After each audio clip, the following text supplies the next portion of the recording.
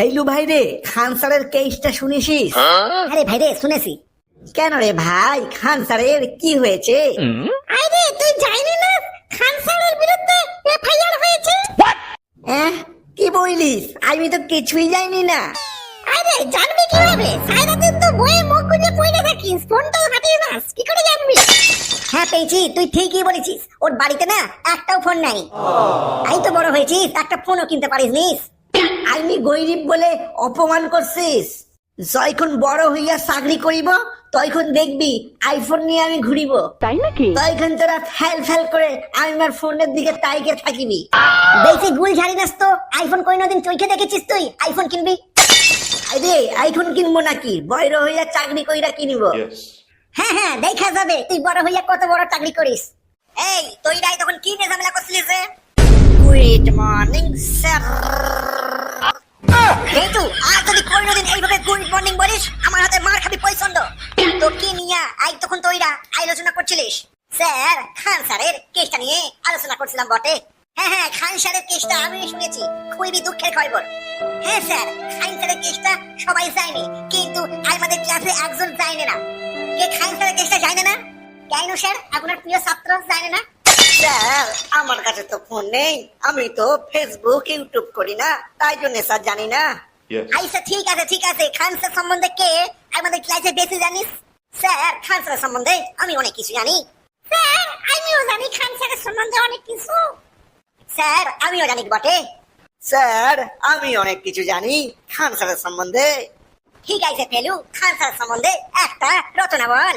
Sir, খান স্যারের বাড়ি হলো পাটনাতে। খান স্যার খুবই জনপ্রিয় একজন মানুষ। তিনি ইউটিউব, ফেসবুক সব জায়গাতেই ভাইরাল। তিনি মুসলিম পরিবারে জন্মগ্রহণ করেছিলেন। তিনি খুবই একজন ভালো মনের মানুষ।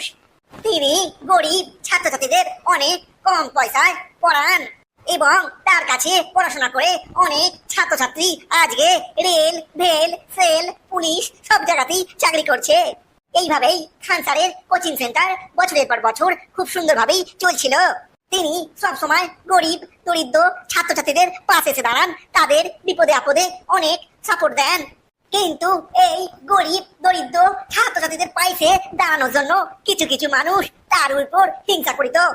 কয়েকদিন আগে খান স্যার যখন তার কোচিং সেন্টারে পড়াচ্ছিলেন, তখন কিছু অন্য কোচিং সেন্টারের মানুষেরা তার কোচিং সেন্টারের উপর আক্রমণ করে এবং খান স্যারের কোচিং সেন্টারের প্লাকার্ডগুলো ভেঙে গুড়িয়ে দেয় এবং খান স্যারের সিকিউরিটিকে মারধর করে।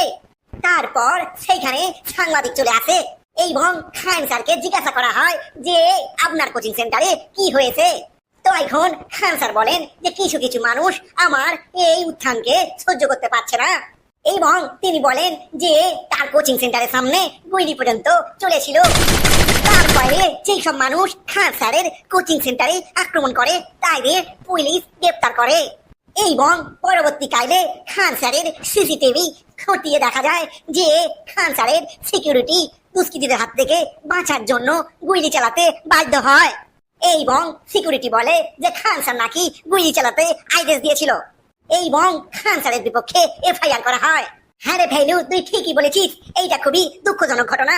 শিক্ষকরা যদি শিক্ষকদেরই পিছে লাগে তাহলে ছাত্ররা কি শিখবে?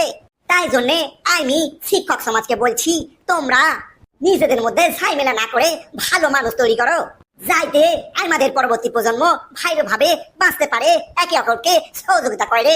বন্ধুরা, তোমরা খান স্যারকে কে কে চেনো কমেন্ট করে লেখো, আর খান স্যারের সম্বন্ধে 2 লাইনের কিছু লিখে যাও। আর আমাদের ভিডিও ভালো লাগলে চ্যানেলটাকে একটু সাবস্ক্রাইব করে রাখো, আর তোমরা লাইক দিতে ভুলো না। আমাদের পাশে থেকো, তোমাদের পাশে আছি সব সময়।